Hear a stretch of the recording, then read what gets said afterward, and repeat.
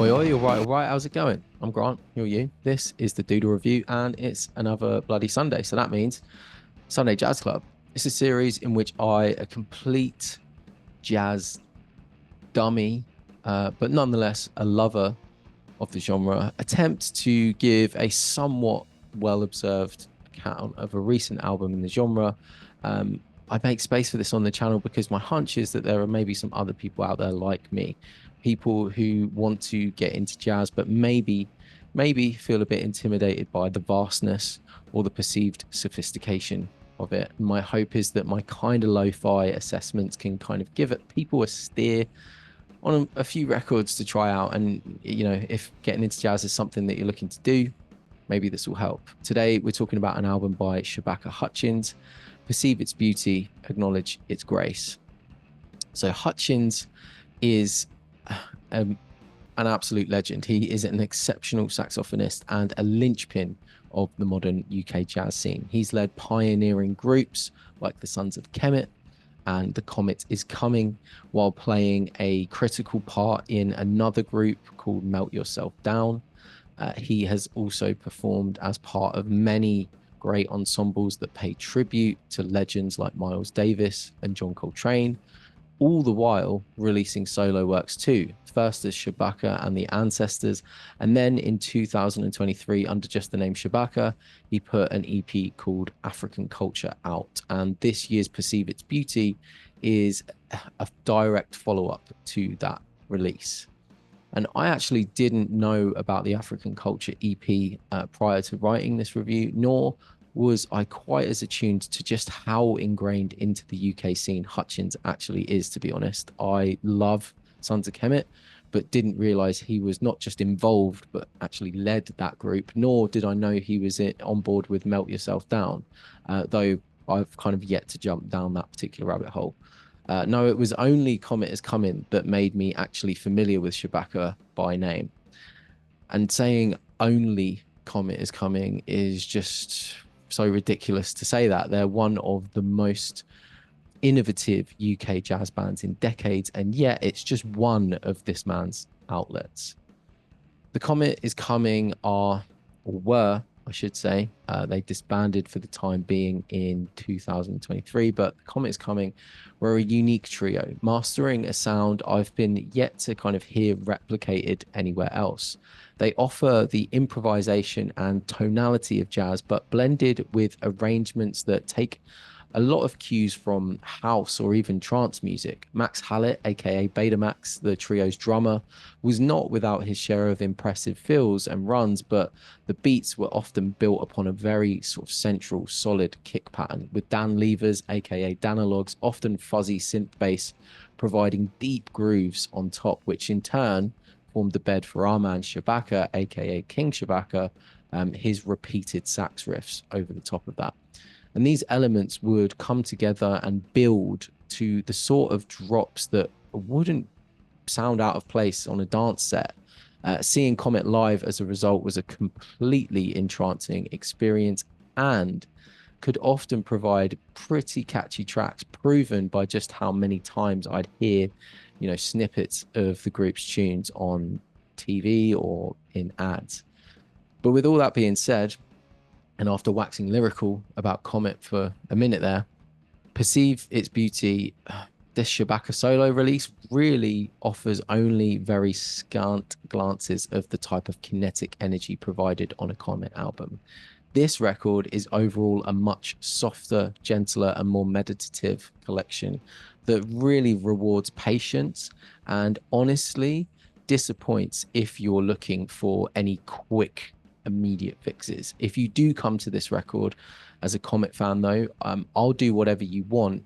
A collaboration with Floating Points will definitely feel a little familiar. Its repeating synthesized loops provide a kind of faster pace of movement than anything else in the track listing, and as a result might offer the best place to actually start with the album if this kind of more experimental and impressionistic form of music is new to you. Despite standing pretty much alone in terms of pace and texture, it fits into Shabaka's overall tapestry due to its subtlety. While persistent, the synthesized tones are really soft. Each note has a really rounded attack and decay, meaning basically that each note kind of fades in and out. It avoids any sort of jagged or aggressive, like dun dun dun dun dun sound. And this continuous revolving kaleidoscope of soft notes provide a lush background for both Shabaka and guest contributor Andre 3000 to come in with flute and pipes that guide us as a listener through the piece. Side note, if Andre 3K's New Blue Sun record from last year appealed to you, then this album should actually be a no-brainer. It's a very good accompaniment, and this song even has what appear to be like panther sounds that echo a very similar effect on one of the songs on that album. While covering the more energetic moments, I should also talk about the Moses Sumney featuring track Insecurities, which comes in much earlier on in the record. This is again another soft layered track, predominantly led by flutes, but there are a few moments towards the latter half where Shabaka is kind of riffing that remind me of the tight, repetitive phrases you would often hear on a Comet is Coming track. You might also come to this Shabaka album as a Sons of Kemet fan. If you are, then you'll know that that project is way more Afrobeat than Comet's electronic and dancey fusion, with drummer Tom Skinner providing a rolling groove that pays homage to pioneers like Tony Allen.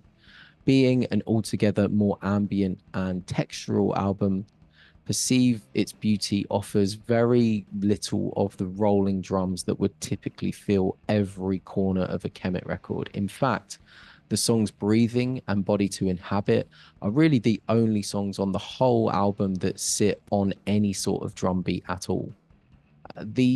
The latter of those two utilizes various claps to kind of provide a rhythm for guest artist Elucid to drop a pretty spacious but still hefty verse with the gravitas. Outside of these moments that lean either a little Comet or a touch Kemet, the album has more in common with, as I said before, the more ambient and searching New Blue Sun from Andre 3000. As a result, the LP is really inviting a certain type of listener, one that is patient and has time to let the wandering melodies soak in and take you somewhere.